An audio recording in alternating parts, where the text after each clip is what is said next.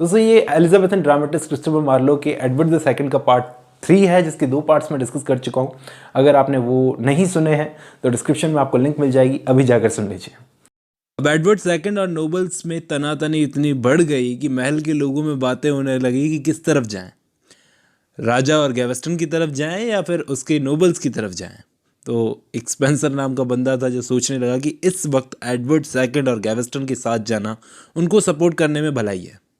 Young Mortimer तो गद्दार है, देखना एडवर्ड II की भतीजी से शादी करने के बाद में गैवेस्टन की पावर बढ़ जाएगी, तो इस वक्त गैवेस्टन का सपोर्ट करने में ही भलाई है, ऐसा ये सोचने लगा।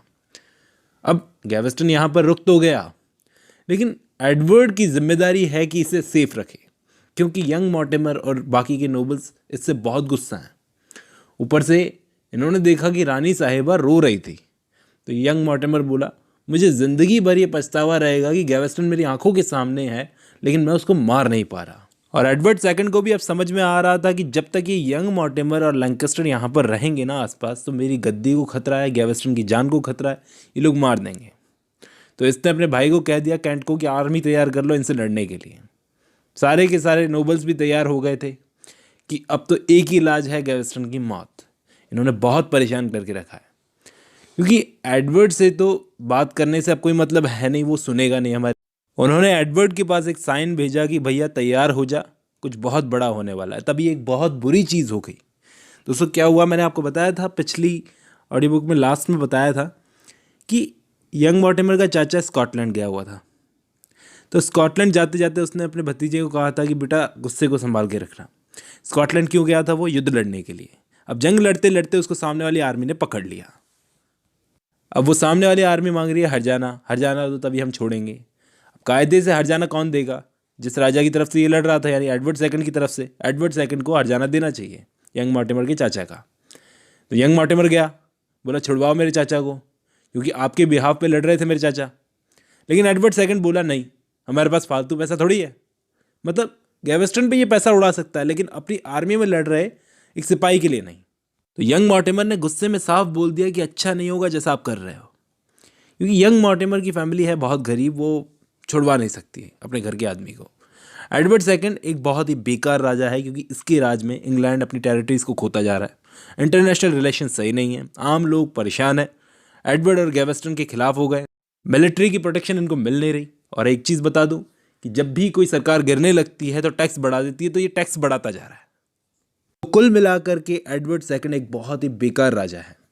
और यंग मॉर्टिमर तो साफ बोलता है कि एडवर्ड कभी खुद तो जंग लड़ने गया नहीं, इसको क्या पता लड़ाई क्या होती। और ऊपर से एडवर्ड क्या बोलता है कि कर लो तुमको जो करना है, मैं नहीं डरता किसी से भी, मेरे को बस अपना गैवेस्टन प्यारा है। लेकिन तभी इसका छोटा भाई कैंट समझ गया था कि मेरा भाई बेवकूफ़ी कर रहा है इस वक्त, इतने सारे लोगों के खिलाफ जाना ठीक नहीं है। तो वो बोला एडवर्ड से कि भैया प्लीज़ गैवेस्टन को निकाल दो, हम सबके भले के लिए है, इस देश से, इंग्लैंड से गैवेस्टन को निकाल दो। एडवर्ड को आया गुस्सा अपने भाई पर, बोला तू बताएगा मुझे क्या करना चाहिए क्या नहीं करना चाहिए। जब तक गैवेस्टन मेरे साथ है तब तक मुझे कुछ नहीं चाहिए। अब कैंट इसका भाई भी नाराज़ हो गया इससे। तभी गैवेस्टन को दिखी इसकी बीवी इसाबेला, जिसे वो मानता है कि यही सारी प्रॉब्लम्स की जड़ है, क्योंकि ये अपने पति के मेरे खिलाफ होकर के उस यंग मॉर्टिमर के साथ में अफेयर करके बैठी है। एडवर्ड अपने प्यारे गैवेस्टन के साथ बैठकर डिस्कशन करने लगा कि आखिर इस यंग मॉर्टिमर का क्या किया जाए। इसने तो खुले में धमकी दे दी कि सिविल वॉर हो जाएगा, हमें मार देगा, ऐसा वैसा करके, तो क्या करना चाहिए इसका। गैवेस्टन बोला या तो इसका मर्डर करवा दो या फिर जेल में डलवा दो। लेकिन एडवर्ड को डर लगा, वो बोला कि इस चीज़ से आम जनता नाराज़ हो जाएगी। एडवर्ड ने अपने भाई कैंट को नाराज़ कर दिया, मैंने आपको बताया। अब बहुत गलत कर दिया, क्योंकि ये भी अब इस अपने भाई के एडवर्ड के अगेंस्ट हो गया और जाके नोबल्स के साथ मिल गया। नोबल्स ने जब इसको देखा तो इस पर भरोसा नहीं किया, ये अपने भाई का जासूस बनकर आया है हमारे पास में। लेकिन यंग मॉर्टिमर एक अकेला था जिससे इस पर भरोसा हुआ।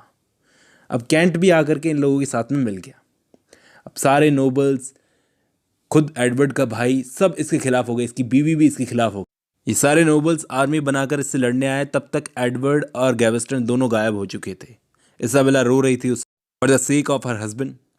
तो यंग मॉर्टिमर इसके पास आके पूछता है कि क्या हुआ रानी साहिबा। तो यंग मॉर्टिमर इसका सहारा बना जाकर बोला हम आपके हस्बैंड को थोड़ी मार रहे हैं, तो बल्कि हमारी दुश्मनी तो गैवेस्टन से है।